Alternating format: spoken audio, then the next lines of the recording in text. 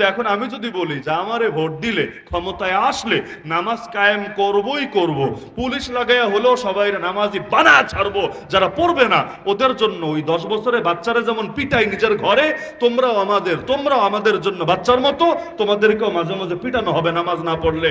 Vote বাড়বে না কমবে? বলেন না আপনারা হুজুর মানুষরা যারা আছেন, হুজুর মানি মাদ্রাসায় পুরো হুজুর না, এমনি মাথায় টুপি দিয়ে অথবা মুখে দাড়ি নিয়ে বসেছেন, আপনারাই বলেন না আমি যদি এমন প্রতিশ্রুতি দেই প্রতিটা এলাকায় গণসংযোগে গিয়ে গিয়ে, আমার ভোট বাড়বে না কমবে?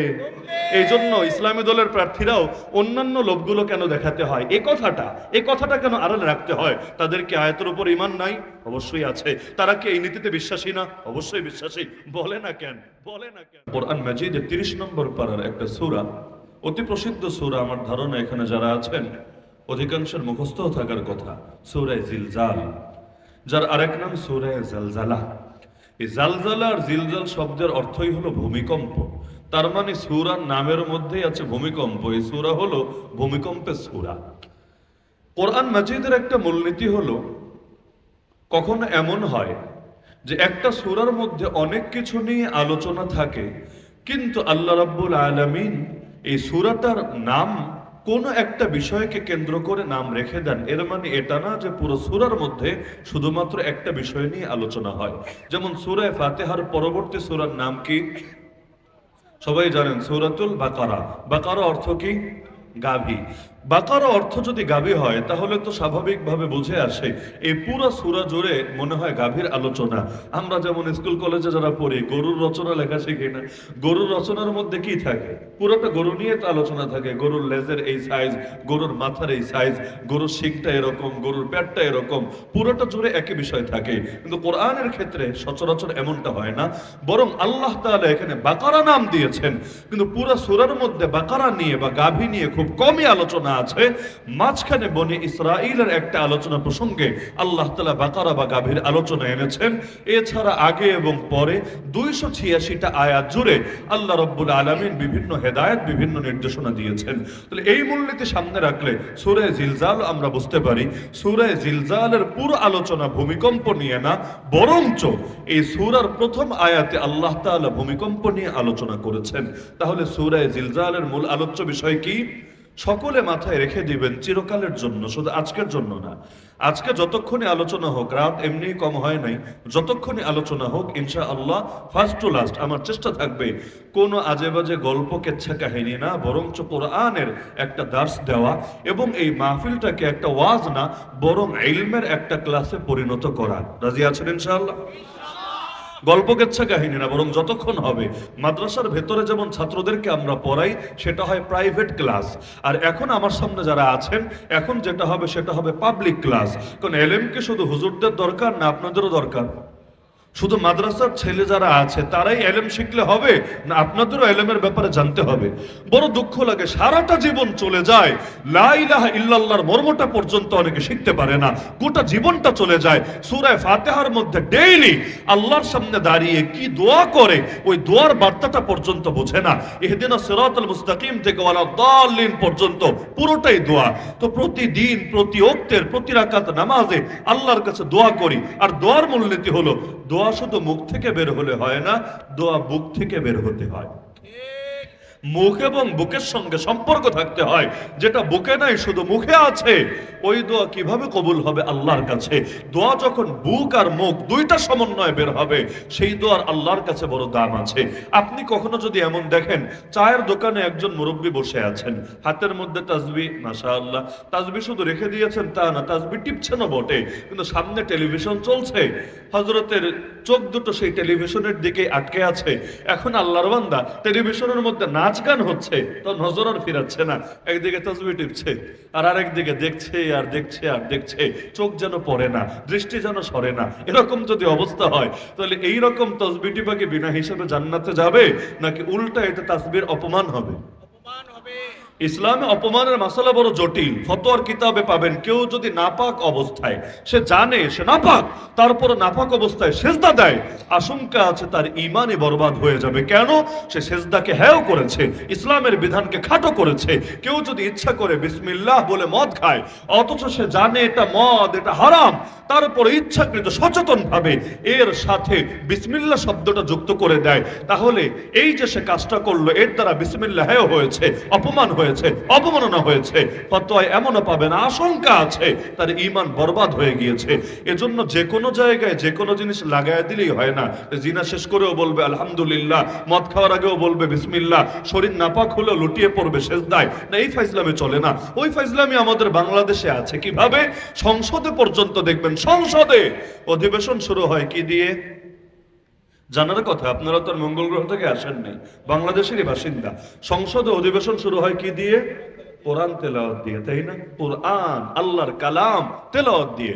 যদিও মাঝে মাঝে আবার সঙ্গে অন্যান্য জিনিসগুলো রাখে, কারণ শুধু আল্লাহরে খুশি করলে হবে, ভগবান নারাজ হলে কি হবে, ঈশ্বর নারাজ হলে কি হবে, এজন্য সবাইরা নিয়ত চলতে হবে। এজন্য আল্লাহর কালামও হোক, বাকি ধর্মের যত গ্রন্থ আছে সেগুলো অল্প অল্প হোক। আচ্ছা গেল, এটা নয়তো মানলাম যে দেশের মধ্যে সব ধর্ম আছে, সবাইরে খুশি রাখার প্রয়াস হলো বটে, কিন্তু শুরু হবে কোরআন তেলাওয়াত দিয়ে। একটু পরে সেই কোরআনের বিরুদ্ধে আইন চলবে, কারণ মূলনীতির মধ্যে, সংবিধানে এখনো লিখে রেখেছে সকল ক্ষমতার মালিক নাকি, সকল ক্ষমতার উৎস নাকি জনগণ। তো জনগণ যদি ক্ষমতার উৎস হয়, এটাই যদি এই দেশের স্বীকৃত নীতি হয়, তাহলে জনগণ যা মনে চায় হালাল বানাবে, যা মনে চায় হারাম বানাবে। যেমন আল্লাহ বেশ্যাখানাকে করেছেন হারাম, বাংলাদেশের আইনে করে রেখেছে হালাল। আল্লাহ মদের বারকে করেছেন হারাম, সরকার লাইসেন্স দিয়ে এগুলোকে বানিয়ে রেখেছে হালাল। আল্লাহ সুদকে করেছেন হারাম, অথচ বাংলাদেশে সুদ ছাড়া চলে কি? ব্যাংকিং সেক্টর বলেন, শেয়ার মার্কেট বলেন, বীমা বলেন, বৈদেশিক ঋণ বলেন, পুরো দেশের অর্থনীতি দাঁড়িয়ে আছে সুদের উপরে। অথচ সূরা বাকারায় আল্লাহ সুদকে বলেছেন তার বিরুদ্ধে যুদ্ধ হিসাবে, ফাইল্লাম তাফআলু ফাআযানু বিহারবিন মিনাল্লাহি ওয়া রাসূলিহি। তো বান্দাই যদি এভাবে ক্ষমতার মালিক হয়ে যায়, এমনকি এমপি বলে কারে? এমপি বলে কাকে? ওই মাঝে মাঝে দেখবেন পত্রপত্রিকায় লেখে বিধান প্রণেতা। যারা পার্লামেন্ট মেম্বার তারা মূলত বিধান প্রণেতা। রাস্তা বানানো তার মূল কাজ না, রাস্তাঘাট সেতু মেরামত এগুলো তার মূল কাজ না। তার মূল কাজই হলো আইন নিয়ে এবং বিধান নিয়ে। অথচ আইন আর বিধান দেওয়ার অধিকার কে রাখে? বিধান প্রণেতা হিসাবে সে যদি এটা করতো যে আমি আল্লাহর আইনের অধীনে থেকে আমার কাজ হলো খুঁজে খুঁজে বের করব, আমি কোরআন থেকে বের করব, হাদিস থেকে বের করব, নতুন যত বিষয় দেখা দেবে আমি সেখানে বলে দিব আল্লাহ এটা বলেছেন, রাসূল এটা করেছেন, সুতরাং তোমরাও এটা বাস্তবায়ন করো। কিন্তু বাংলাদেশে কি এটা চলে? বাংলাদেশে এটা চলে? 300 জনের মধ্যে 200 জন যদি কোনো হারামকে হালাল বানায়, তাহলে এরপর লাস্টে গিয়ে সকলের মতামত নিবে, মতামত নিয়ে হা জয়যুক্ত হয়েছে, হা জয়যুক্ত হয়েছে, হা জয়যুক্ত হয়েছে, এটা বলে হারামরে হালাল হিসাবে ঘোষণা দিয়ে ছাড়বে।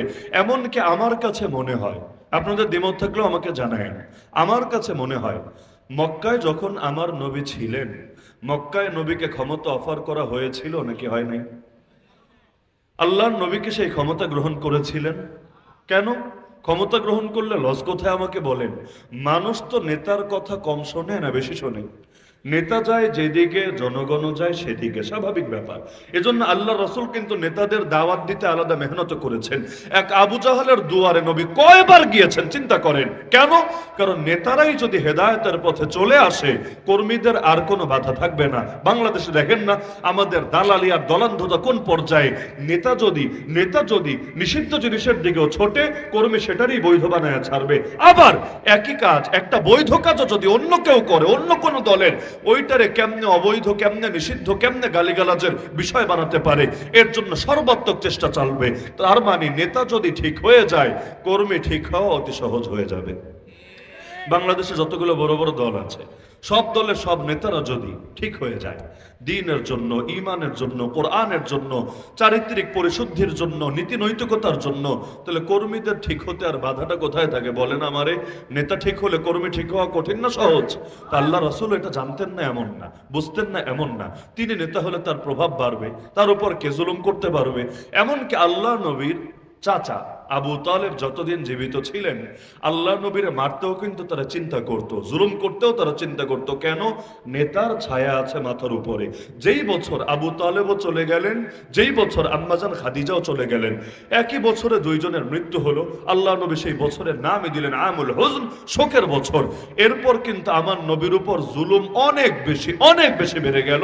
এমনকি বুখারী খুললে হাদিস পাবেন, একদিন আল্লাহ রসুল কাবার সামনে দাঁড়িয়ে নামাজ পড়ছিলেন, নামাজ রানিং, ওই নামাজ চলা অবস্থায় উকবা ইবনে আবি মুআইত নামক এক কুরাইশের নেতা, সে দেখলো মুহাম্মদ তো একা, আশপাশে কোনো সাহাবীও তো দেখা যায় না, এইটাই তো সুযোগ। আর আবু তালেব নাই, মাথার উপর ছায়া হয়ে কেউ তো যেহেতু নাই, সুতরাং এইটাই সুযোগ। সে নিজের গা থেকে চাদর খুললো, আল্লাহ নবী নামাজে দাঁড়ানো। এই অবস্থায় নবীর গলায় চাদরটা লাগিয়ে দুই দিক থেকে টান মেরে আল্লাহ নবীকে শ্বাসরুদ্ধ করে হত্যা করার চেষ্টা করতে লাগলো। আব্দুল্লাহ বিন মাসউদ রাদিয়াল্লাহু আনহু হাদিসটা বর্ণনা করেছেন। তিনি বলেন, যখন তাকে তার কর্মীরা এই দৃশ্য দেখলো যে তাদের নেতা উকবা আল্লাহ নবীকে গলায় ফাঁস লাগিয়ে নামাজের ভেতরে হত্যা করার চেষ্টা করছে, তখন তারাও বসে থাকলো না, তারাও ছুটে আসলো, কেউ নবীর গালে চড় মারতে লাগলো, আল্লাহ নবীকে ধাক্কা মেরে কাবার দেয়ালের উপর ফেলে দিল, কেউ সেখানে ঘষতে লাগলো, কেউ জামা কাপড় ধরে টানতে লাগলো। সবাই কেমন যেন বুনো উল্লাসে মেতে উঠেছে।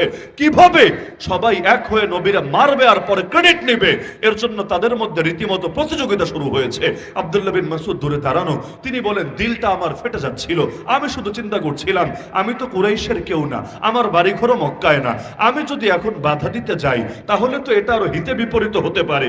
এমন কি তখনও জিহাদের আদেশ দূরের কথা, অনুমতিও আসে নাই। অনুমতি আসলে তাও নয়তো তিনি জিহাদের নিয়াতে নেমে যাবেন, কপালে যা আছে তা হবে। বুখারীতে আছে, তিনি আফসোস করে বলছিলেন, লাউ কানা লি মানা, লাউ কানা লি মানা।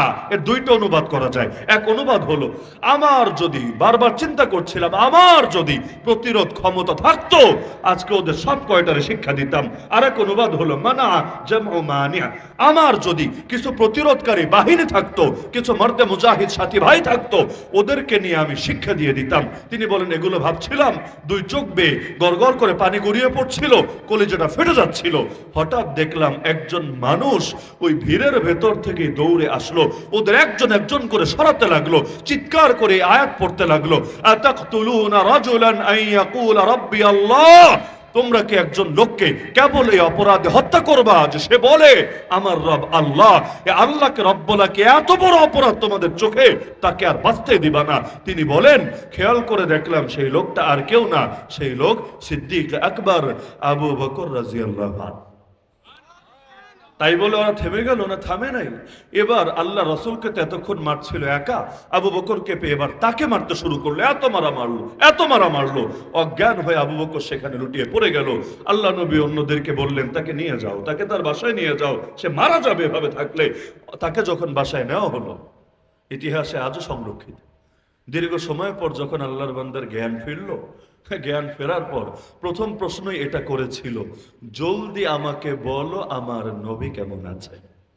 নিজে মাইর খেয়ে বেহুশ হয়েছেন ওই চিন্তা না, জলদি আমাকে বলো আমার নবী কেমন আছেন। তাহলে আল্লাহ রসুল সাল্লাল্লাহু আলাইহি ওয়াসাল্লামের মাথার উপর থেকে যখন ছায়া সরে গেল, জুলুম কমে নাই, বেড়েছে, বাড়তে বাড়তে এক পর্যায়ে তার ঘরও ঘেরাও করেছে তাকে জবাই করে হত্যা করবে বলে। তো নবী যদি মক্কায় নেতা হতেন, সমস্যা কি? আমার বিবেক বলে, আমার বিবেক, আগেই বলেছি, কারো দ্বিমত থাকলে সেটাও জানাতে পারেন।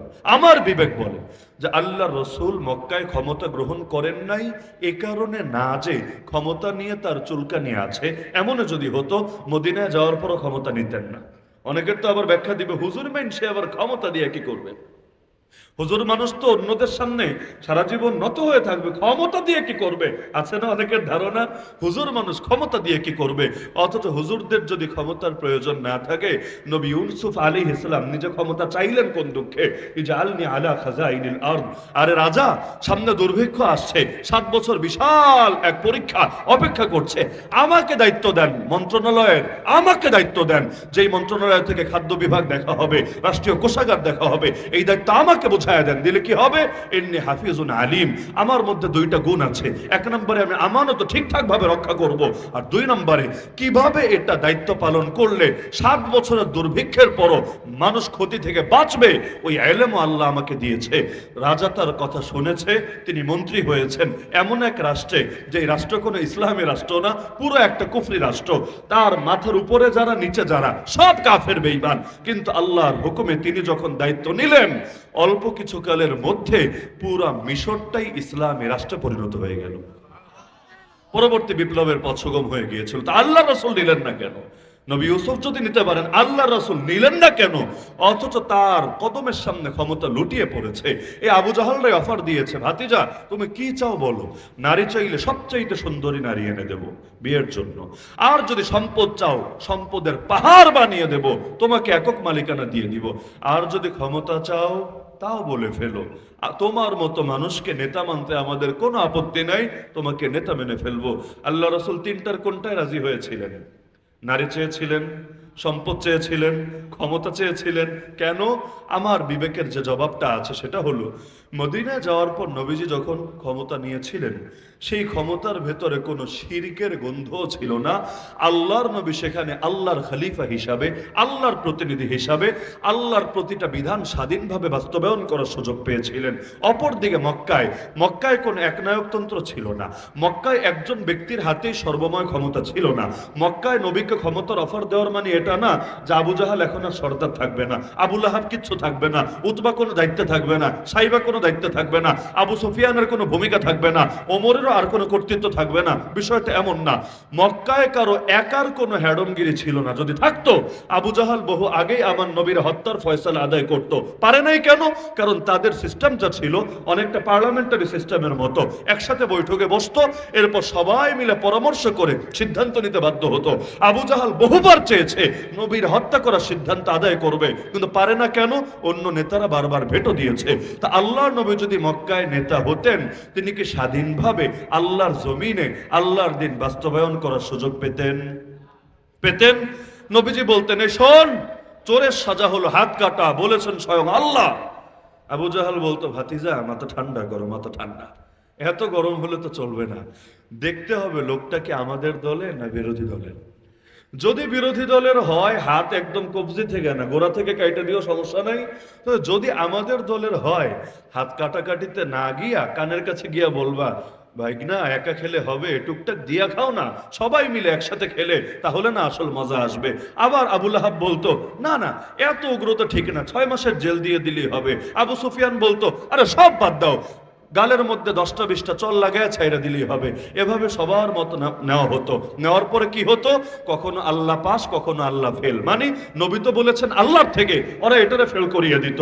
অথবা 2-1 সময় এমন হতো যে নবী আল্লাহর থেকে বলেছেন, সবার পছন্দ হয়েছে, মেনে নিত। কিন্তু সবার পছন্দ হলে যদি মেনে নেয়, এটাকে আল্লাহরে মানা হয়? এটাকে আল্লাহরে মানা হয়? এটা তো ওদের মন মানা, ওদের খেয়াল খুশি মানা। আল্লাহর মতটা ভালো লেগেছে তাই তারা নিয়েছে। এখানে আল্লাহর ক্রেডিট তো দেয় নাই, ক্রেডিট তো তারা নিজেরা নিয়ে নিয়েছে। এটারে তাওহীদ বলে না, এটারে শিরিক বলে। এজন্য মাথার মধ্যে একটা কথা গেঁথে রাখবেন, মাথার মধ্যে একটা কথা গেঁথে রাখবেন, রাজনীতিতে থাকার পর এই কথা দায়িত্ববোধের সাথে আমরা ঘোষণা দেব, সেটা হলো 10 জন 20 জন 5 জন 100 জন এরকম লোকও যদি কোনো একটা এমন দেশ যেখানে টপ টু বটম কুফরি নীতি, কুফরি সিস্টেম, কুফরি আইন, কুফরি কানুন, কুফরি সংবিধান চলে, সেখানে যদি শাখাগত কিছু দায়িত্ব পায়, এর দ্বারাই মূল স্ট্রাকচার পরিবর্তন হয়ে যায় না, বরঞ্চ চূড়ান্ত একটা বিপ্লব লাগে সব কুফুরকে উচ্ছেদ করার জন্য। বিপ্লব মানেই হলো আগেরটা বাদ, নতুনটা পুনঃস্থাপন। আর সংস্কার মানে আগেরটাও আছে, জোট্টু ক্রেডিট মেডিট কইরা নতুনটা ঢুকায় দেওয়া যায়। বাংলাদেশেও সংবিধানে যে কুফরগুলো আছে, যে শিরিকগুলো আছে, যদি এগুলোকে উচ্ছেদ করতে চান, শুধুমাত্র শাখাগত 1-2টা মতামত দিলেই হবে না রে ভাই, বরঞ্চ এমন এক বিপ্লব লাগবে, যেভাবে বিপ্লব হয়েছিল মক্কায়, যেভাবে বিপ্লব হয়েছিল মদিনায়, যেভাবে বিপ্লব হওয়ার পর কুফরের আর কোনো গন্ধ থাকবে না, যেভাবে বিপ্লব হওয়ার পর আল্লাহর জমিনে আল্লাহর কর্তৃত্ব, আল্লাহর ক্ষমতা প্রতিষ্ঠিত হতে আর কোনো বাধা থাকবে না এই দেশে।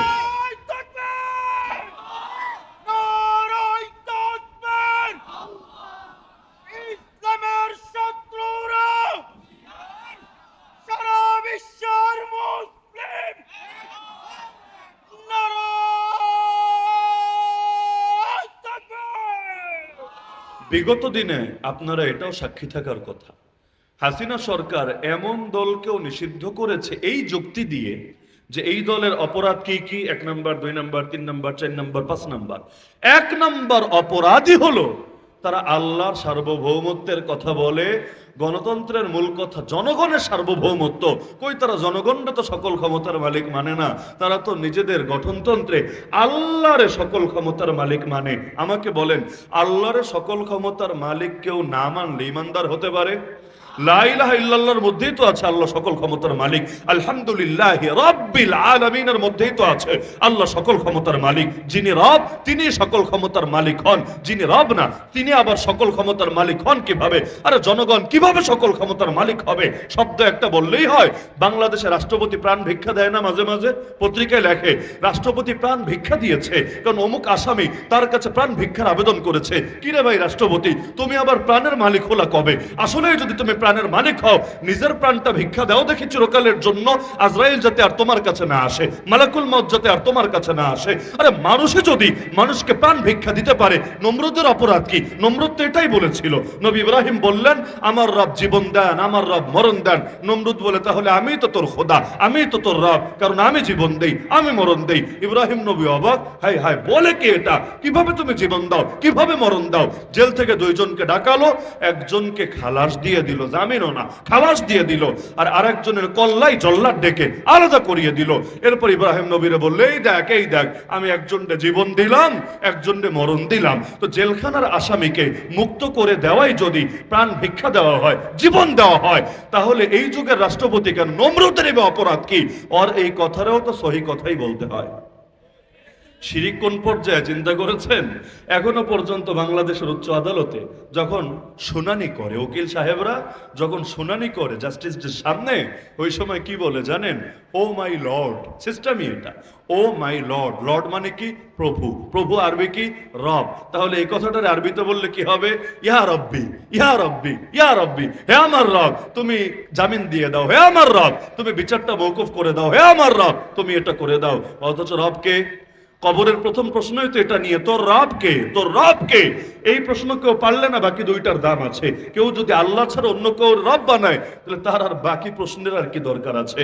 আল্লাহ আমাদেরকে এই সমস্ত গোমরাহি থেকে হেফাজত করুন। এই শাখাগত সংস্কারের স্বপ্ন দেখে এই স্বপ্ন যে পূরণ হয় না, এর সবচাইতে বড় নমুনা জুলাই সনদ তো আমাদের সামনেই আছে। এখন তো জুলাই সনদ নিয়ে দেশ গরম, রাজনৈতিক দল গরম, এক একজনের এক এক এজেন্ডা, এক একজনের এক এক কথা। আপনি পড়েন না, এক নজর ফাস্টুলাস পড়েন না, দেখেন কোথায় আল্লাহর কথা আছে, কোথায় বিসমিল্লাহির রহমানির রহিম আছে, কোথায় আল্লাহর উপর আস্থা এবং আল্লাহ সার্বভৌমত্ব মেনে নেওয়ার ঘোষণা আছে, কোথায় ইসলামী শরিয়ার স্বীকৃতি আছে, কোথায় আইনের উৎস হিসাবে কোরআন এবং নবীর সুন্নাহকে মেনে নেওয়া হয়েছে। অথচ বিগত 1 বছরের বেশি এত যে মিটিং হলো, এত যে বৈঠক হলো, ঐকমত্য কমিশন একটা বানিয়ে সবাইরে ডাকা হলো, সবাই তো মহা খুশি। দেখ দেখ দেখ কি সুন্দর এক পরিবেশ, হুজুরও যাচ্ছে, হুজুরদের সহচররাও যাচ্ছে, ইসলামী দলের নেতারাও যাচ্ছে। এবার মনে হয় বাংলাদেশ এক টুকরা মদিনা হয়েই যাবে, আর মদিনা হতে কিছু বাদ নাই, হয়ে যাবে। কারণ যেভাবে নাস্তিক বেঈমানদেরও বাদ দিয়া হুজুরদের ডাকা হচ্ছে, চা খাওয়ানো হচ্ছে, বিপদে পড়লে দেশের প্রধানও হুজুরদের পাশে নিয়ে ছবি তুলছে, মনে হয় বাংলাদেশ ইসলামী হওয়া ঠেকায় ডাকে রে। দেখা গেল 1 বছর ধরে মদ দিতে দিতে হুজুররা শেষ। কেউ ওয়াজ মাহফিল ফেলে মিটিং এ শরিক হয়েছেন, কেউ মাদ্রাসার দায়িত্ব ফেলে মিটিং এ শরিক হয়েছেন, কেউ নিজের প্রোগ্রাম ফেলে মিটিং এ শরিক হয়েছেন। তবু ইসলামের ফায়দা হোক, তবু দিন জিন্দা হোক, তবু আমাদের 72-এর কুফরি সংবিধানে যত ঝামেলা আছে এগুলো দূর হয়ে ভালো একটা সনদ জাতির সামনে আসুক, আর এর ভিত্তিতে নির্বাচন হোক। লাস্টে দেখা গেল কি? লাস্টে দেখা গেল সারা রাত ইউসুফ জুলাইখার গল্প শোনানো হয়েছে, সকালে গিয়ে প্রশ্ন করে জুলাইখা বেডা না বেডি, এইরকম হালত হয়েছে। সারা বছর জুলাই সনদ নিয়ে হুজুররা মেহনত করতে করতে শেষ হয়েছে। এখন জুলাই সনদ খুইলা দেখে কি রে, হুজুরদের কথা গেল কই? বামদের কথাগুলো ঠিকই দেখা যায়, নাস্তিকদের কথাগুলো ঠিকই দেখা যায়, ইউরোপ আমেরিকার আদর্শগুলো ঠিকই দেখা যায়, দুনিয়ার সব গান্ধা মতের পক্ষেও কিছু না কিছু দূরতম ইঙ্গিত হলেও এখানে পাওয়া যায়। কিন্তু ইসলাম কই, কোরআন কই, দিন কই, শরীয়ত কই, নবীর আদর্শ কই, আল্লাহর হুকুমত কই? এগুলো কিছুই তো নাই, সব হারিয়ে গেল। কারণ টিস্যু ব্যবহার করা শেষে কেই আর এটারে দাম দেয়? কেনে তো টাকা দিয়ে, ব্যবহার শেষে আস্তে করে ডাস্টবিনে ছুঁড়ে ফেলে। এই দেশেও এক শ্রেণীর লোক হুজুরদের অনুসরণ করতে চায় না, বিপদ বিপদে পড়লে হুজুরদের সাইনবোর্ড লাগিয়ে কাজ শেষে এদেরকে ডাস্টবিনে ছুঁড়ে ফেলে আগামীর বাংলাদেশকে এক টুকরা কাফের রাষ্ট্র হিসাবে গড়ে তোলার চেষ্টা করে। কিন্তু যে যাই করুক চূড়ান্ত বিজয় আমার আল্লাহরই হবে। বান্দা কিছু না, আর কিসের হুজুর আর কিসের সাধারণ, কোন মানুষের হাতে কিছু না। জগতের সবকিছু নিয়ন্ত্রণ করেন একজন, তিনি কে? তিনি আমেরিকা না, তিনি সিআইএ না, তিনি মোসাদ না, তিনি র না। জগতের সব যিনি নিয়ন্ত্রণ করেন, আরবিতে থেকে কাইয়ুম বলে, কাইয়ুম কাইয়ুম। আমরা আয়াতুল কুরসি পড়তে গেলেও বলি আল্লাহু লা ইলাহা ইল্লা হুয়াল হাইয়ুল কাইয়ুম। কে? কাইয়ুম কে? আল্লাহ। যতক্ষণ আমার আল্লাহর হাতে সবকিছু নিয়ন্ত্রণ আছে, যত ষড়যন্ত্র করুক, যত চক্রান্ত করুক, ইসলামকে নিশ্চিহ্ন করার যত চেষ্টা করুক, মুসলমানদের ঐক্য খতম করার যত ধান্দা করুক, কেউ পারবে না, কেউ সফল হবে না। কারণ আল্লাহ যখন দায়িত্ব নিয়েছেন, ইসলামের বিজয়কে এই দেশ থেকে, এই দুনিয়া থেকে কেউ ঠেকাতে পারবে না।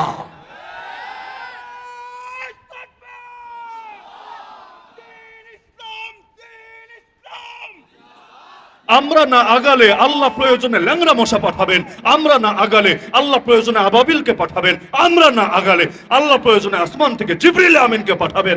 আল্লাহর দিন আমাদের মুখাপেক্ষী না, আমরা আল্লাহর মুখাপেক্ষী। সবাই মিলে দিন ছেড়ে দিলেও এই পৃথিবী থেকে কিয়ামতের আগে ইসলামকে কেউ নিশ্চিহ্ন করতে পারবে না। ইসলাম বিজয়ী ছিল, ইসলাম বিজয়ী আছে, ইসলাম বিজয়ী থাকবে।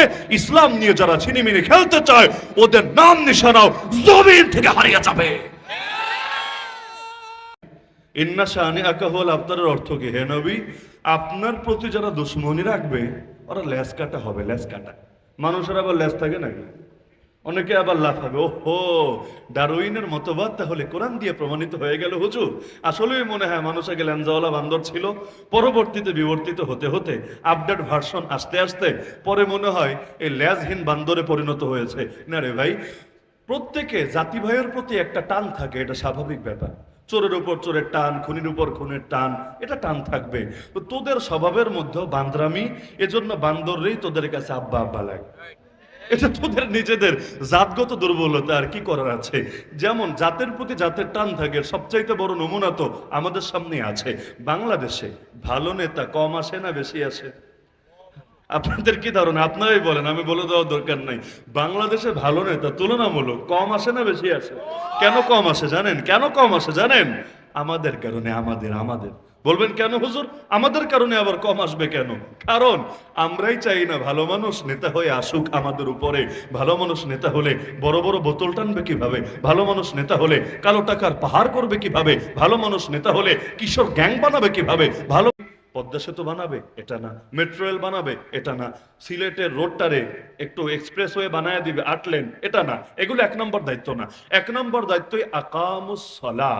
অনুবাদ না করলে অনেকে বুঝে ফেলার কথা, সালাত কায়েম করবে, নামাজ কায়েম করবে। খালি একা পড়বে না, গোটা জাতিরা নামাজি বানাবে। আর গোটা জাতি শুধু ওয়াজ করলেই নামাজি হবে এমন না। কারণ নবী বলেছেন, বাচ্চার বয়স 7 হলে নামাজের আদেশ দিবা, 10 হলে খালি আদেশ না ওয়াদরিবুহুম আলাইহা ওহুম আবনাউ 10 সিনিন। 10 হলে মাঝে মাঝে একটু সাইজ করবা। হ্যাঁ, এটা আবার রামধোলাই না, এমন মায়ের দিলেন যে বাচ্চার জিন্দেগি খতম হয়ে গেল, এটা না। হালকা শাসন। তো যেই বাচ্চার উপর নামাজ ফরজই না, 10 বছরে বালেগ হয়েছিলেন আপনারা? আমার সামনে যারা বসে আছেন 10 বছরে বালেগ হয়েছিলেন? বলবেন হুজুর শরমের কথা জিজ্ঞেস করলেও তো শরম লাগে। 10 বছরে বালেগ হয় নাকি? 12 থেকে 15। স্বাভাবিক বালেগ প্রাপ্তবয়স্ক হওয়ার বয়স 12 থেকে 15। তো 10 বছরে বাচ্চার উপর তো নামাজ ফরজই না। তারপরও নবী তারে পিটাতে বললেন কেন? যেদিন ফরজ হবে সেদিন থেকে এক ওয়াক্ত যাতে ছুটবে এটা কল্পনায়ও আসে না। আগ থেকে অভ্যাস, আগ থেকেই। কারণ শুরু করার পরে অভ্যাস করতে গেলেও তো সময় লাগবে। যেমন আমরা যারা এদাদের ফরজ ছেড়ে দিয়েছি, জিহাদ ভিন্ন ফরজ, এদাদ ভিন্ন ফরজ। যেমন নামাজ আলাদা বিধান, উজুটা আলাদা বিধান, তাই না? নামাজ আলাদা বিধান, উজুটা আলাদা বিধান। একইভাবে জিহাদ আলাদা বিধান, এদাদ মানে প্রস্তুতি আলাদা বিধান। কোরআনের শিক্ষা হলো মুসলমানরা সদা সর্বদা প্রস্তুত হয়ে থাকবে, লড়াই সর্বদা না হোক, কিন্তু কোন কাফের মুশরিক যাতে তাদের দুর্বলতার সুযোগ নিয়ে তাদের উপর হামলা চালাতে না পারে। এই যা আজকের দুনিয়া মুসলমানদের উপর হামলা চালিয়ে বসে আছে, কেন?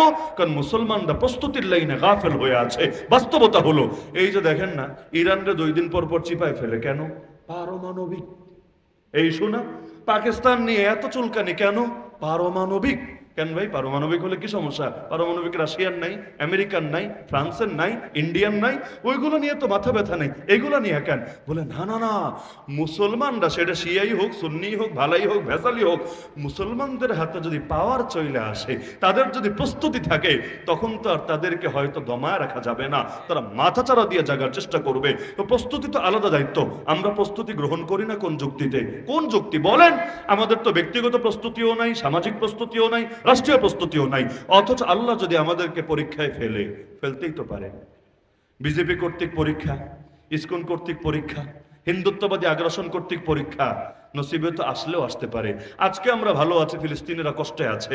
আল্লাহর ফয়সালা যদি থাকে, দুদিন পর আমরা ফিলিস্তিন হব না কি গ্যারান্টি আছে?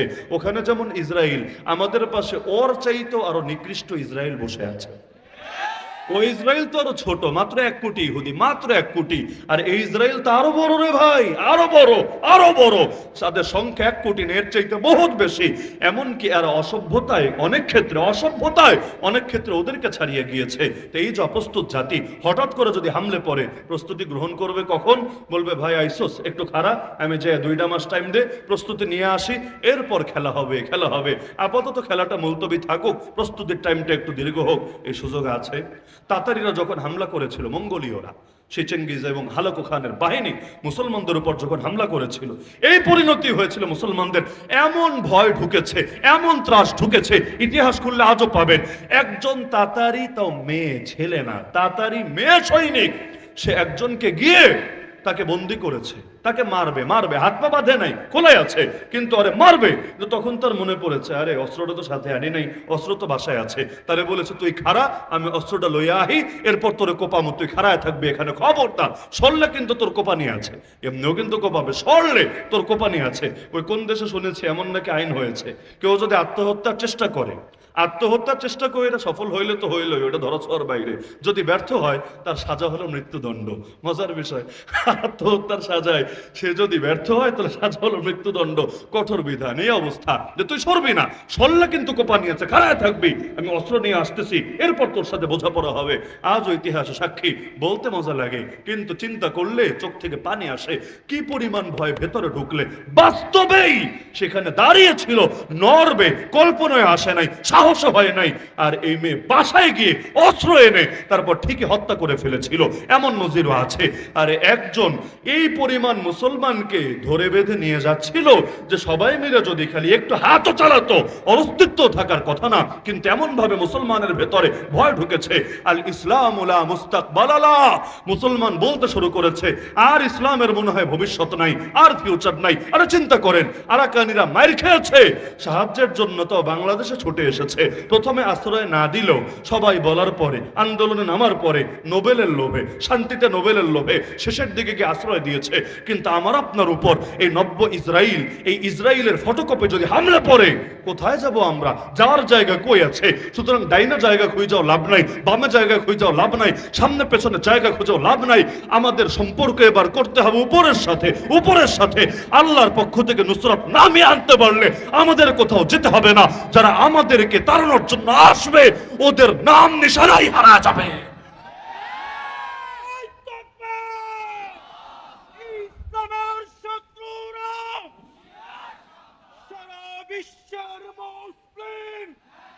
তো আল্লাহ বললেন, সরকারের 1 নম্বর দায়িত্ব শুধু নামাজ নিজে পড়বে না, নামাজ কায়েম করবে।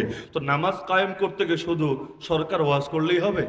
যে সরকারের দায়িত্ব পেলে দায়িত্ব প্রতিদিন মাহফিলে যেতে হবে, শুধু এটা করলে হবে না, বরং আল্লাহ তারে পাওয়ার দিয়েছেন, পাওয়ার কাজে লাগাতে হবে। ইমানের 3 স্তর তো সবাই জানেন। যার হাত আছে মানে পাওয়ার আছে, সে শুধু মুখ লাগালে হবে না, হাতও লাগাতে হবে, পাওয়ারও লাগাতে হবে। যার পাওয়ার নাই সে মুখ লাগাবে, যেমন ওলামায়ে কেরাম এখন মুখ লাগাচ্ছেন। কিন্তু এই ওলামাদেরকে আল্লাহ যদি জামানের ইউসুফ বানায় দেন, আল্লাহ যদি সে সুযোগ করে দেন, তখন কিন্তু শুধু মুখ লাগাবে না, হাতও লাগাবে। তখন বলবে না বেশ্যাখানা প্রতিষ্ঠা করা হারাম, মদের বারের লাইসেন্স দেওয়া হারাম, সুদী ব্যবস্থা হারাম, অশ্লীলতা হারাম। আরে মোল্লাদের যে ক্ষমতায় দিতে চায় না, এমনি না রে ভাই, এমনি না। ধান্দা তো থাকবে না, ধান্দায় বারাভাতে ছাই পড়ুক, এটা চায় কয়জনে? এজন্য ওরাও ভালো করে জানে, এই দেশে যদি মোল্লারা ক্ষমতায় চলে যায়, তখন আর এটা দিল্লি হবে না, ওয়াশিংটন হবে না, তেল আবিব হবে না, মস্কো হবে না, বেজিং হবে না।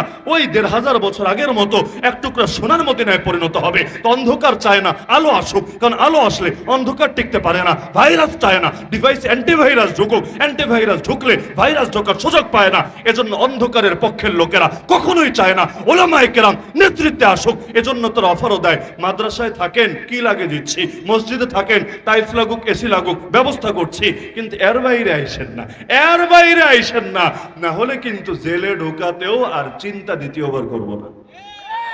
এজন্যই যারা এগিয়ে যেতে চায় তাদেরকেই জুলুমের শিকার হতে হয়। বসে থাকলে আর কতটুকুই বা ঝামেলা পোহাতে হয়। যে যেই গতিতে আগাতে চায় তারা সেই গতিতে পেছানোর জন্য ওরা উঠে পড়ে লেগে যায়। তাহলে সরকারের এক নম্বর দায়িত্ব কি বলেন না? নামাজ কায়েম করে না? তাহলে দরকার ছিল না, ধরেন আমি সরকার হতে চাই, আমি বলবো ভাইয়েরা আপনাদেরকে নির্বাচনের প্রতিশ্রুতি দিচ্ছি, যদি আমাকে ভোট দিয়ে নির্বাচন করেন আমি কি করব জানেন? আমি নামাজ কায়েম করবো, যেটা পড়বেন না একদম কান ধইরা মসজিদে আইনা হইল নামাজ পড়ায় ছাড়বো। নামাজের সময় কোনো দোকান খোলা থাকতে দেব না, নামাজের সময় ভণ্ডামি করবেন এই সুযোগ মেনে নেব না, এমনকি ফজরের সময়ও জাগানোর ব্যবস্থা করে দিব না। আসলে পুলিশ পাঠিয়ে দিব, পুলিশ গিয়ে রিসিভ করে একদম কাশিমপুরে চালান করে দিবে। হয়তো নামাজ ধরবেন, না হলে বাকি জীবন সেখানেই মাগনা ডাইল ভাতের মেহমানদারি করা হবে। তাও তো এটা হানাফি মাযহাব আর কি, হানাফি মাযহাব। আর সালাফি মাযহাব তো বড় জটিল রে ভাই। এক্ষেত্রে ইমাম আহমদের ফতোয়া এটা, ইবনে তাইমিয়ার ফতোয়া এটা, বাংলাদেশের আহলে হাদিসের ফতোয়া এটা। সেইটা কি? যারা নামাজ ইচ্ছাকৃত ছাড়বে ওইগুলার দুনিয়া থেকে কি করবে বাইরে ভাই, জায়গা তো দুনিয়ার বাইরে, ওদেরকে মৃত্যুদণ্ড দিয়ে আল্লাহর কাছে পাঠিয়ে দেওয়া হবে, ডাইরেক্ট মৃত্যুদণ্ড। যারা নামাজ ত্যাগকারী ইচ্ছাকৃত ডাইরেক্ট মৃত্যুদণ্ড, কারণ ওদের মতে তারা মুরতাদ বলে পরিণত হবে। আমার ধারণা, আর কে গায়েব বলছি না, আমার ধারণা আগামীতে যদি বাংলাদেশে ইসলামী রাষ্ট্র ব্যবস্থাও কায়েম হয় না, আমাদের সালাফি ভাইয়েরাও বলবে থাক এত বাড়াবাড়ি আর উগ্রতার দরকার কি, আমরা সবাই মিলাঝিলা চলি, এই একটা মাসালায় চলেন সবাই ইমাম আবু হানিফার মতের উপরে আমল করি। কারণ ইমাম আবু হানিফার মতটা একটু সোজা আছে, জেলে গেলে কি সমস্যা, আজকে গেলে 2 দিন পর মুসলেকা নিয়ে ছোটা যাবে, কিন্তু একদম দুনিয়ার বাইরে পাঠাইয়া দিলে আর তো থক্কু মুক্কু বইলাও লাভ হবে না, একদম ওইখানে গিয়ে পড়ে থাকতে হবে। থাক এই একটা মাসালায় আমরা এটা করি। করে অনেক সময় এমন হয় ও বিয়া করার সময় পালায় গিয়া বিয়া করে, তখন আর সালাফি মত নেয় না, কারণ পালায় গিয়া বিয়া করলে সালাফি মত অনুসারে বিয়ে হবে না, মেয়ের অভিভাবকের অনুমতি ছাড়া কুমারী মেয়ের বিয়ে হবেই না। তখন বলে থাক বিয়া করার সময় হানাফি হয়ে গেলাম। আবার রাগের মাথায় তালাক দিয়ে ফেলেছে, তালাক দিতে তো আর বাঙালি কম দেয় না, পারলে হাজার হাজার লাখ লাখ কোটি কোটি দিয়ে দেয়। তো ধরেন 3টাই তালাক দিল, এখন 3 তালাক দিলে হানাফি মাযহাব কেন 4 মাযহাবের ফতোয়া অনুসারে 3 তালাক দিলে কয়টা হয়? 3টাই হয়। আলাদা দিলেও 3টা, এক মজলিসে দিলেও 3টা। তখন চিন্তা করে থাক এই মাসালা ইমাম আবু হানিফা, ইমাম শাফি, ইমাম মালিক, ইমাম আহমদ বিন হাম্বল সবাইরে একটু সাইডে রাখি, ওমর বিন খাত্তাব রাদিয়াল্লাহু আনহুর সিদ্ধান্তকেও এক পাশে রাখি, আপাতত ইমাম ইবনে তাইমিয়া হলে চলবে। আমরা এই ক্ষেত্রে ওনার ব্যক্তিগত ফতোয়াটা অনুসরণ করি। তো বিয়ার সময় এক আদর্শ চেঞ্জ, ঈশার সময় আরেক আদর্শ চেঞ্জ। কক্সবাজার গেলে অনেকে আদর্শ পাল্টায়, কেন? কাঁকড়া খাবে, কাঁকড়া। কক্সবাজার গেলে কাঁকড়া পাওয়া যায় না, বলে হুজুর আপাতত আমি এই ক্ষেত্রে হানাফি মাযহাবের বাইরে গেলাম আর কি, বাকি সবই তো চলে। তো হানাফি মাযহাব মানলে তো আর মাছ ছাড়া কিছু খাওয়া যায় না, কাঁকড়াটা তো একবার খাওয়ার শখ জাগে, তো মনে করেন এই লাইনে আমি আপাতত অন্য কিছু হয়ে গেলাম। এইরকম সুবিধাবাদ জিন্দাবাদ তো বাংলাদেশে ভালোই চলে। 5 বছর এই দল তো 5 বছর আরেক দল। এখনই তো অনেকে দল পাল্টাতে শুরু করেছে, কেউ কেউ দল পাল্টিয়ে নেতাও হয়ে গিয়েছে, কেউ কেউ নেতা হয়ে শেষ না, নির্বাচনও আরেক দলের পক্ষে বাহ সুন্দরভাবে নেমে গিয়েছে। তো সব সম্ভবের দেশে তো আমার বাংলাদেশ, আল্লাহ তাআলা এই দেশে আরো নেখায়াত দান করুক। তো এখন আমি যদি বলি যে আমারে ভোট দিলে ক্ষমতায় আসলে নামাজ কায়েম করবই করব, পুলিশ লাগাইয়া হলেও সবাই নামাজি বানা ছাড়বো, যারা পড়বে না ওদের জন্য ওই 10 বছরের বাচ্চারা যেমন পিটাই নিজের ঘরে, তোমরাও আমাদের জন্য বাচ্চার মতো তোমাদেরকেও মাঝে মাঝে পিটানো হবে নামাজ না পড়লে। ভোট বাড়বে না কমবে? বলেন না আপনারা হুজুর মানুষরা যারা আছেন, হুজুর মানি মাদ্রাসায় পুরো হুজুর না, এমনি মাথায় টুপি দিয়ে অথবা মুখে দাড়ি নিয়ে বসেছেন, আপনারাই বলেন না আমি যদি এমন প্রতিশ্রুতি দেই প্রতিটা এলাকায় গণসংযোগে গিয়ে গিয়ে, আমার ভোট বাড়বে না কমবে? এই জন্য ইসলামী দলের প্রার্থীরাও অন্যান্য লোভগুলো কেন দেখাতে হয়, এই কথাটা কেন আড়ালে রাখতে হয়? তাদের কি আয়াতের উপর ঈমান নাই? অবশ্যই আছে। তারা কি এই নীতিতে বিশ্বাসী না? অবশ্যই বিশ্বাসী। বলে না কেন?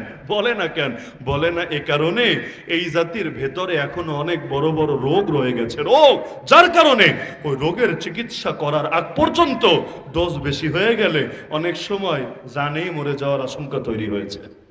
এটাই তো বাস্তবতা, তাই না? আল্লাহ আমাদেরকে এগুলো থেকে উদ্ধার হওয়ার তৌফিক দান করুন।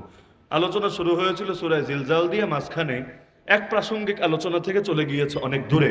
ওই যে মূলনীতি বলেছিলাম যে কেউ যদি হারাম করে, কুফর করে, শিরিক করে, সঙ্গে আল্লাহর নাম কোরআন ব্যবহার করে, এতে কি সেটা সম্মান হয় না অপমান হয়? এই বাংলাদেশে এখনো জাতীয় সংসদে কোরআনের অপমান হচ্ছে। বলবেন কিভাবে? ওই সিনেমা হল যদি উদ্বোধন করে দোয়া দরুদ দিয়ে, অথবা ধরেন মিলাদ দিয়ে, মিলাদের মাসালা রাখেন, কিন্তু কেউ সিনেমা হল উদ্বোধন করাচ্ছে মিলাদের আয়োজন করে, আপনারা এতে খুশি হবেন না প্রতিবাদ করবেন? বেড়া আকাম করবি কর, এখানে নিয়ে আবার দোয়া দরুদ লাগাচ্ছিস কেন? মানেটা কি? এটা তো পুরো একটা ফাইজলামি বটে। তাহলে একই আচরণের চাইতেও খারাপ আচরণ ওখানে হয়, কারণ সিনেমা হল কিন্তু কবিরা গুনাহ, শিরিক না। সিনেমা দেখা কি শিরিক না কবিরা গুনাহ? তা কবিরা গুনাহ বড় না শিরিক বড়? তা আমাদের সংসদে তো এখনো শিরকি নীতি মাথার উপর চাপিয়ে রাখা হয়েছে। বড় আশা ছিল জুলাই সনদে মনে হয় দূর হবে, হয় নাই। এখনো সেই নীতি নিয়ে আমাদের নাকি চলতে হবে। ক্ষমতার মালিক আল্লাহরে না, জনগণকেই মানতে হবে, সবার মধ্যে সাম্য করতে হবে। কাদিয়ানি আর নবী প্রেমিকের মধ্যে সাম্য থাকবে, আস্তিক আর নাস্তিকের মধ্যে সাম্য থাকবে, যারা নবীরে গালি দেয়, যারা নবীর জন্য জান দিতে রাজি, সবার মধ্যে সাম্য থাকবে। নবীরে গালি দিলেও এটা তো স্বাধীনতা বইলে কেউ চালানোর চেষ্টা করবে। শরীফে হয়ে গেল, কিচ্ছু বলার নাই, বললে উল্টা আপনারা জেলে ভরে রাখবে। আর বিভিন্ন রকম বাতিল ফেরকারা আপনাদেরকে জুলুমের মুখে ফেলে দিল, কিচ্ছু বলতে পারবেন না, বললেই জঙ্গি ট্যাগ একটা লাগায়া জেলখানে চালান করে দিবে। আল্লাহ আমাদেরকে হেফাজত করুন। তো সূরা জিলজাল পুরো আলোচনা আজকে কোনোভাবেই সম্ভব না। সিরেফ আমি দুইটা বার্তা দিয়ে আলোচনা ইতি টানবো, মাথায় শুধু বিষয়টা বসা থাক। সেটা হলো কোরআন মাজিদের যতগুলো আয়াত আছে আলহামদুল আলিফ থেকে মিনাল জিন্নাতি ওয়ান নাসে সিন পর্যন্ত, সবগুলো আয়াতের মূল মেসেজ, মূল শিক্ষা, মূল আলোচনা, মূল আলোচ্য বিষয় মাত্র 5টা। কয়টা? শাহ ওলিউল্লাহ মুহাদ্দিস দেহলভী এটা আলোচনা করেছেন আল ফাজুল কাবীরে, যারা মাদ্রাসায় পড়েছেন জানার কথা। বাকি আগেই যেহেতু বলেছি এটা পাবলিক ক্লাস, তো সুতরাং আমরা সকলের জন্যই এটা থেকে কিছুটা উপকৃত হওয়ার চেষ্টা করব। তাহলে কোরআনের মোট আয়াত কয়টা? মোট আয়াত কয়টা? আপনারাও যদি জবাব দেন এটা দুঃখ লাগবে। 6666 কিয়ামত পর্যন্ত বের করে দেখাতে পারবেন? কোরআন তো সবার সাথেই আছে, এখন তো পকেটে মোবাইল আছে না, মোবাইলের মধ্যে তো পুরো কোরআন একসঙ্গে এক অ্যাপের ভেতরেও পাবেন, বাসায়ও আছে, মসজিদেও আছে, একবার চেক দিয়ে দেখেন না। কেয়ামতের আগে যদি মিলাতে পারেন আমারে বইলেন, প্রয়োজনের ওয়াজি করব না। যেটা না এটাকে শ্বশুর বাড়ি থেকে আইনা জোড়া দিবেন? নাই তো। মিনাল জিন্নাতি ওয়ান নাস সিনে তো আপনার থামতেই হবে। কোরআনের মোট সূরা কয়টা? মোট সূরা কয়টা? তাহলে 114টা সূরার, প্রতিটা সূরার যতগুলো আয়াত আছে এই সবগুলারে যোগ দিলে, সবগুলারে যোগ করলে যোগ ফল যেটা বের হবে এটাই তো মোট আয়াত সংখ্যা, তাই না? নাকি আর বাইরেও গুপ্তটুপ্ত কিছু আছে? ওই শিয়াদের এক দলের বিশ্বাস এরকম আছে যে কোরআন পুরোটা নাকি নাই, বরং কোরআনের বড় একটা অংশ ওদের 12 নম্বর ইমাম নিয়ে গর্তের মধ্যে লুকায় আছে, কিয়ামতের আগ দিয়ে গর্ত থেকে বের হবে। ওই রকম কোনো বিশ্বাস আপনাদের আছে নাকি? নাউযুবিল্লাহ। তাহলে আলহামদুল আলিফ দিয়ে শুরু, মিনাল জিন্নাতি ওয়ান নাসে সিন দিয়ে শেষ, 114টা সূরা। আজকে বাসায় গিয়ে ক্যালকুলেটর নিয়ে বসবেন অথবা কাগজ কলম নিয়ে বসবেন, যোগ করবেন। আজকে কোরআন দিয়ে কেউ যদি কুফর শিরিক জাহেলিয়াতের দলিল দেয়, এর চাইতে বড় আফসোসের কি বিষয় হয়? আর তার পার্লামেন্টে তিনি একাই তো শুধু না, মমতাজের মতো মহিলারা নিজেদেরকে সিয়াসিত্তার মুহাদ্দিস হিসেবেও তো জাহির করে বেড়ায়, তাই না? কোরআন দিয়ে দলিল, হাদিস দিয়ে দলিল, বাহ ধর্মের কি ঠেলা! এখনো দেখেন না কেউ মুখে দাড়িটা পর্যন্ত নাই, বয়সে বুড়া হয়ে গেছে, মুখে এই বয়সে এসেও দাড়ি রাখার গরজটাও হয় নাই। সুন্দর গর্বের সাথে বলে আমরা ওই ইসলাম চাই না, আমরা খালি মদিনার ইসলাম চাই। তো মদিনার ইসলাম কি তোমার ব্যক্তি জীবনে এগুলো শিখিয়েছে? মদিনার ইসলাম কি তোমাকে শরীয়তের বুড়া আঙ্গুল দেওয়া শিখিয়েছে? শরীয়ত মানি না এটা বলা শিখিয়েছে মদিনার ইসলাম? মদিনার ইসলাম মানেই তো খেলাফত, মদিনার ইসলাম মানেই তো শরীয়ত, মদিনার ইসলাম মানেই তো দিন কায়েম, মদিনার ইসলাম মানেই তো আল্লাহর জমিনে আল্লাহর ঝান্ডা, আল্লাহর দিন, আল্লাহর কালিমা, আল্লাহর শরীয়তকে বুলন্দ করা। এর বাইরে মদিনার ইসলাম দূরের কথা, মক্কার ইসলাম, তায়েফের ইসলাম কোনো কিছুই তো হতে পারে না। ইসলামের ভার্সন সেরফ একটা, লা ইলাহা ইল্লাল্লাহ, এক আল্লাহ ছাড়া দ্বিতীয় কারো আনুগত্য আনুগত্য চলবে না, মসজিদেও আনুগত্য চলবে আল্লাহর, মাদ্রাসায় আনুগত্য চলবে আল্লাহর, সংসদেও আনুগত্য চলবে আল্লাহর, কোর্টেও আনুগত্য চলবে আল্লাহর, থানায়ও আনুগত্য চলবে আল্লাহর, প্রতিটা সেক্টরে সেক্টরে আনুগত্য চলবে আল্লাহর। যে মানে তার মুখে লা ইলাহা ইল্লাল্লাহ সাজে, আর যে মনে করে নামাজের খোদা একজন, রাজনীতির খোদা আরেকজন, রোজার খোদা একজন, অর্থনীতির খোদা আরেকজন, হজের খোদা একজন, বিচারাচারের খোদা আরেকজন, এজন্য কোরআন দিয়ে নামাজ পড়বো সমস্যা নাই, কিন্তু কোরআন দিয়ে বিচার করতে রাজি নাই, এইরকম কেউ যদি হয়, দুই নৌকায় এভাবে কেউ যদি পা রেখে দেয়, সে লা ইলাহা ইল্লাল্লাহ বলতে বলতে মুখে ফেনা তুলে ফেললেও নিঃসন্দেহে সে বেঈমান বেঈমান বেঈমান, কোনো সন্দেহের অবকাশ নেই। তাহলে কোরআন মাজিদে যতগুলো আয়াত ৬,২৩৬, মোট আলোচ্য বিষয় কয়টা? মোট আলোচ্য বিষয় কয়টা? কিছু আয়াত এমন যেখানে আল্লাহ বিধিবিধান শিক্ষা দিয়েছেন, বিধিবিধান, নামাজ, রোজা, উজু, তায়াম্মুম, গোসল, হজ, যাকাত, মাথায় রেখেন। কিছু আয়াত এমন যেখানে আহকাম বা বিধিবিধান শেখানো হয়েছে। দুই, কিছু আয়াত এমন যেখানে বিভিন্ন বাতিল দল বা মতবাদের কাউন্টার দেওয়া হয়েছে, ইহুদি, খ্রিস্টান, মুশরিক, বিভিন্ন বাতিল দলের কাউন্টার দেওয়া হয়েছে। তিন নাম্বার, দুইটা পেলাম আমরা, এক নম্বর বিধিবিধানের আয়াত, দুই নম্বর বিভিন্ন বাতিল দল বা মতবাদের কাউন্টারের আয়াত, তিন নম্বর ইতিহাস দিয়ে শিক্ষা, ইতিহাস দিয়ে উপদেশ। কোরআনে প্রায় 25 থেকে 26 জন নবীর নাম পাবেন, নাম ছাড়াও অনেকের ঘটনা পাবেন। আল্লাহ এগুলো বলেছেন কেন? কানের মজা দিতে না, রূপকথার গল্প শোনাতে না, মেসেজ দেওয়ার জন্য, শিক্ষা দেওয়ার জন্য। 4 নম্বর, আল্লাহ বিভিন্ন নেয়ামত নেয়ামত বলে বলে শিক্ষা দিয়েছেন, উপদেশ দিয়েছেন বান্দাকে। 5 নম্বর, এটাই সূরা জিলজালের আলোচ্য বিষয়, আল্লাহ আখিরাত তথা মৃত্যু এবং মৃত্যু পরবর্তী জীবন নিয়ে আলোচনা করে বান্দার উপদেশ দিয়েছেন। তাহলে মোট আয়াত কয় রকম? মোট আয়াত কয় রকম? এটা সারা জীবন কাজে লাগবে ইনশাআল্লাহ। কোরআনের মোট আয়াত কয় রকম?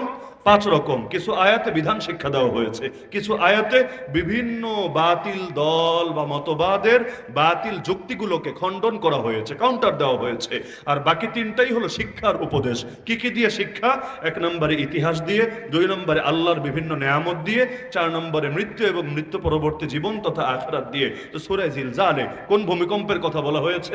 আজকে কালকের ভূমিকম্প না, বরঞ্চ সেই কিয়ামতের সঙ্গে সম্পর্কিত ভূমিকম্প দিয়ে।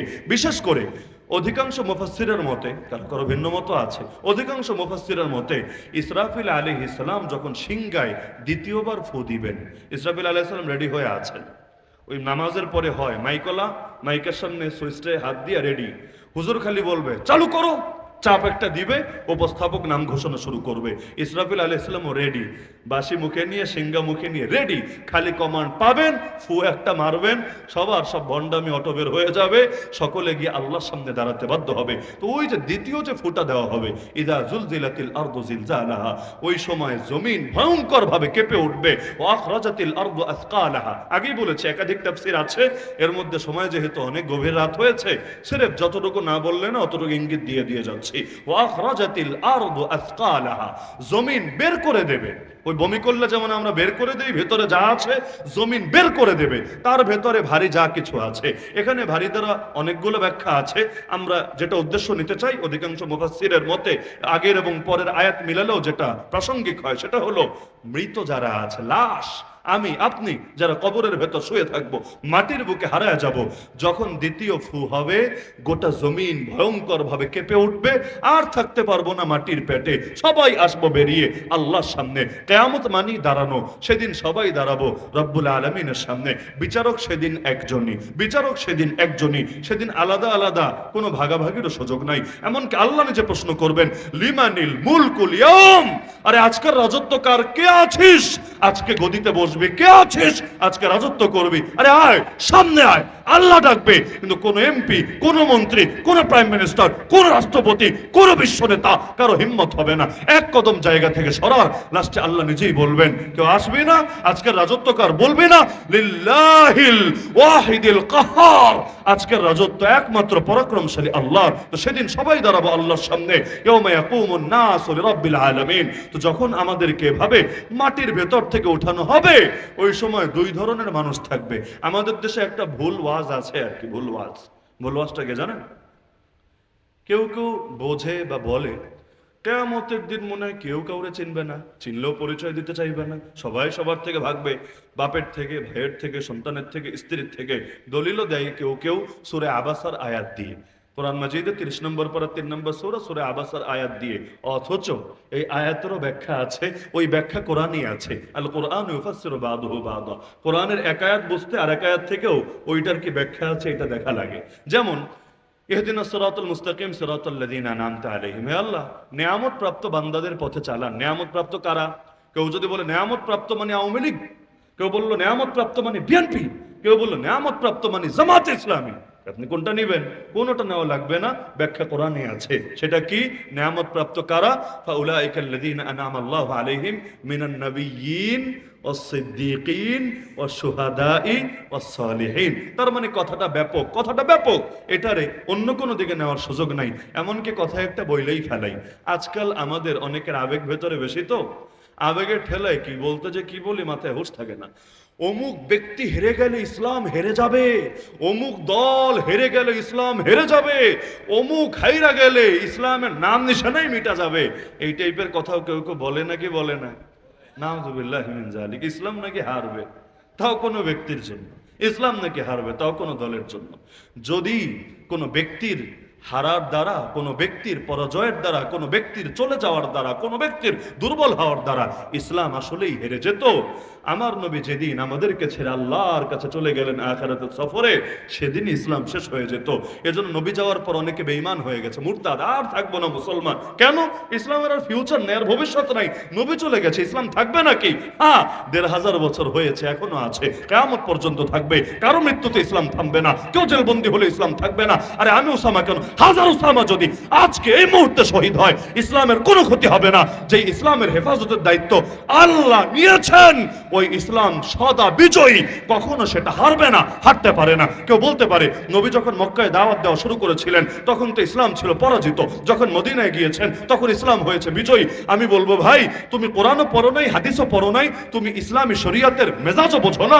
জয় কারে বলে, পরাজয় কারে বলে, এই অর্থ তোমার মাথায় ধরে না। কে বলেছে, কে বলেছে ইসলাম হেরেছে? যদি মক্কায় ইসলাম পরাজিত থাকতোই, আবু জাহালরা ইসলামরে খণ্ডন করতে পারলো না কেন? ইসলাম মানুষের দিল থেকে বের করতে পারলো না কেন? ইসলামের একটা যুক্তিকেও চ্যালেঞ্জ করতে পারলো না কেন? উপরন্তু আল্লাহ যে যুক্তি দিয়েছেন সেটা খণ্ডন করতে পারলো না কেন? ইসলাম যদি কোনো ব্যক্তির হেরে দেওয়ার দ্বারা আসলেই হেরে যায়, হুসাইন শহীদ হলো কারবালায়, তার কাফেলা পুরোটা পরাজিত হলো যুদ্ধে ইয়াজিদের বাহিনীর কাছে। কই, কবিতা তো উল্টা বলে, ইসলাম জিন্দা হোতা হয় হর কারবালা কে বাদ। কেন কেন? তুমি না বলতে চাও মুর্দা, তুমি বলো ইসলাম মুর্দা হোতা হয় হর কারবালা কে বাদ। মুর্দা না বলে জিন্দা বললা কেন? কবি ভুল বলেছে? না না, ভুল বলে নাই। উহুদে ইসলাম হারে নাই, কারবালায় ইসলাম হারে নাই, বালাকোটে ইসলাম হারে নাই, শাপলায় ইসলাম হারে নাই। শহীদের রক্ত কোনো পরাজয় না। যেই মাটিতে শহীদের রক্ত ঝরে, ওই মাটি থেকে 2 দিন আগে বা পরে ইসলামের ফুল ফোটে। বলবেন কিভাবে? আরে বালাকোটের কাফেলা যেখানে গিয়ে থেমে গেছে, ওই ইতিহাসের দলিল নস্তাবে যে এখন আর যাচ্ছি না, আলোচনা অনেক দীর্ঘ হবে। সামিউল হক হক্কানের জীবনী পড়ে দেখেন, আত্মজীবনী নিজেই লিখে গিয়েছেন এটা দলিল প্রমাণ সহকারে। তো যেইখানে এসে সৈয়দ আহমদ শাহ ইসমাইল শহীদের বালাকোটের কাফেলা থেমে গেছে, ঠিক সেইখানেই আল্লাহর নবীর স্বপ্নযোগী ইশারা পেয়ে শেখ আব্দুল হক হক্কানি একটা মাদ্রাসা প্রতিষ্ঠা করেছে, যে মাদ্রাসার নাম দারুল উলুম হক্কানিয়া। ওই মাদ্রাসাকে বলা হয় ইউনিভার্সিটি অফ জিহাদ। ওই মাদ্রাসায় জালালউদ্দিন হক্কানি পড়েছে, ওই মাদ্রাসায় মোল্লা মোহাম্মদ ওমর পড়েছে, ওই মাদ্রাসায় তালেবানের অধিকাংশ মুজাহিদ লিডার পড়েছে, ওই মাদ্রাসায় সোভিয়েত ইউনিয়নের বিরুদ্ধে আফগান জিহাদ যারা আঞ্জাম দিয়েছে অধিকাংশ জন পড়েছে। ফলাফল কি হয়েছে? কত শত বছর আগে যেখানে এসে এক মুজাহিদের কাফেলা থেমে গেছে, খেলাফত পতনের 100 বছর পর সেখান থেকে নতুন কাফেলা, ঠিক ওই জায়গা থেকে নতুন কাফেলা আবারও মাথাচাড়া দিয়ে দুনিয়ার এক সুপার পাওয়ার সোভিয়েত ইউনিয়ন, আর এক সুপার পাওয়ার আমেরিকা, আর আমেরিকার সঙ্গে থাকা ন্যাটো, সাথে থাকা গোটা পশ্চিমা বিশ্ব, সবার কোমর ভেঙে দিয়ে আবারও আল্লাহর জমিনে ইসলামের পতাকা, কালেমার পতাকা সমুন্নত করেছে।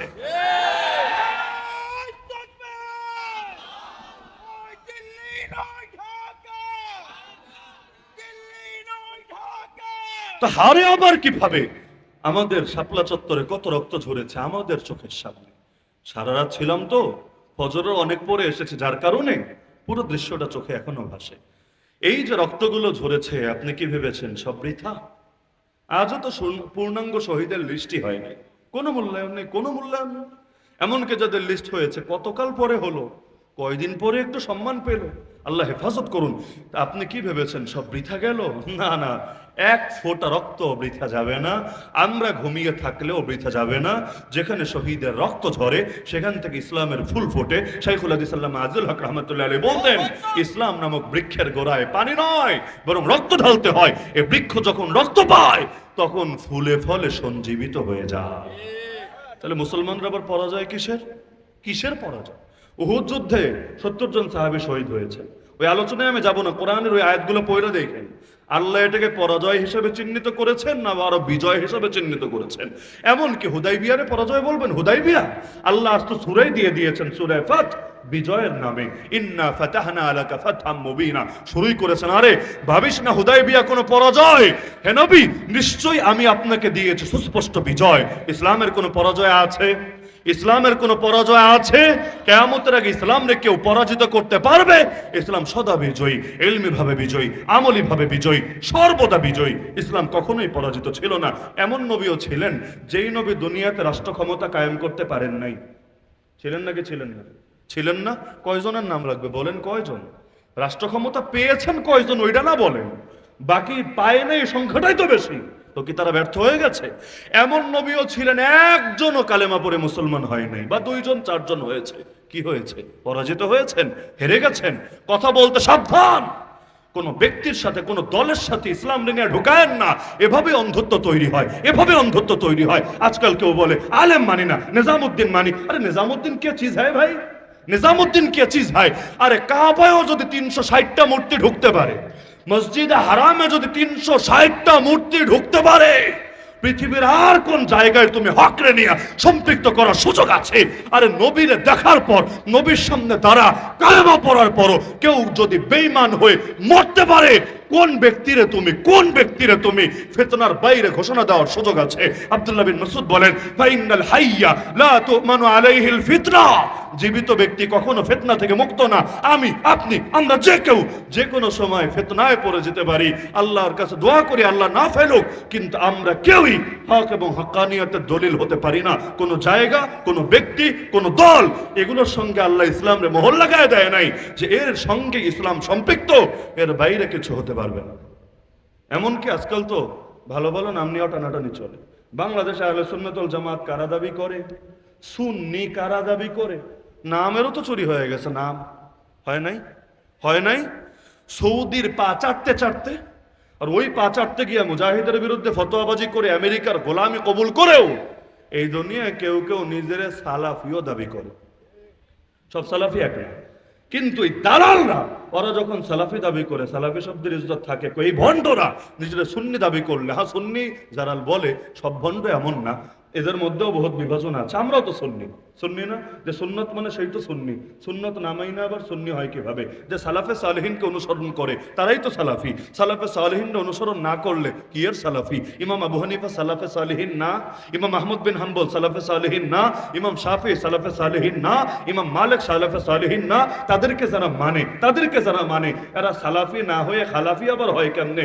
লেকিন আজকাল শব্দ নিয়েও তো হকের ঠিকাদারি চলে। সব ঠিকাদারি বন্ধ করতে হবে, আল্লাহর দ্বীনকে তার আপন গতিতে ব্যাপক রাখতে হবে। এই ভণ্ডামি ছাড়েন। এমন নজিরও আছে, আমি নাম নিয়ে বলতে পারবো, ওইসব ঝামেলায় যেতে চাই না। দল ত্যাগ করেছে, রাস্তায় গিয়ে মাইট দিয়েছে। মাইট কি, কোন ফতোয়ার ভিত্তিতে মাইট দিল রে ভাই? এমন নজিরও আছে, দল ত্যাগ করেছে, জানেই মেরে ফেলেছে। কেন? ওই দলিল দিবে মুরতাদের হাদিস দিয়া, ইমামুল মুসলিমিন থেকে আলাদা হয়েছে আর কল্লা ফেলে দিতে হবে। বাহ, এভাবেই ভণ্ডামি তৈরি হয়, এভাবেই অন্ধত্ব তৈরি হয়। আল্লাহ আমাদেরকে এগুলো থেকে হেফাজত করুন। তাহলে কিয়ামতের দিন মানুষের 2টা অবস্থা হবে। ওইটা প্রসঙ্গে বলছিলাম, একটা ভুল ওয়াজ চলে, কিয়ামতের দিন কেউ কাউরে চিনবে না, চিনলে পরিচয় দিবে না। কথাটা সত্য না। তাহলে সত্য কি? এবছর থাক, আগামীতে কখনো সুযোগ হলে বলবো ইনশাআল্লাহ।